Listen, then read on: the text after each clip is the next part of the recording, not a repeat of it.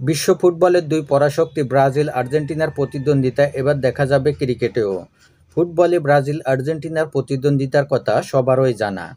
ফুটবলের কারণেই সারা বিশ্বের ফুটবল প্রেমীদের কাছে বেশ জনপ্রিয় তারা। এবার ক্রিকেটেও দেখা যাবে তাদের প্রতিদ্বন্দ্বিতা। লাতিন অঞ্চলের টি-20 বিশ্বকাপ বাছাই পর্বে এর আগেও মুখোমুখি হয়েছে চিরপ্রতিদ্বন্দ্বী এই দুই দেশ।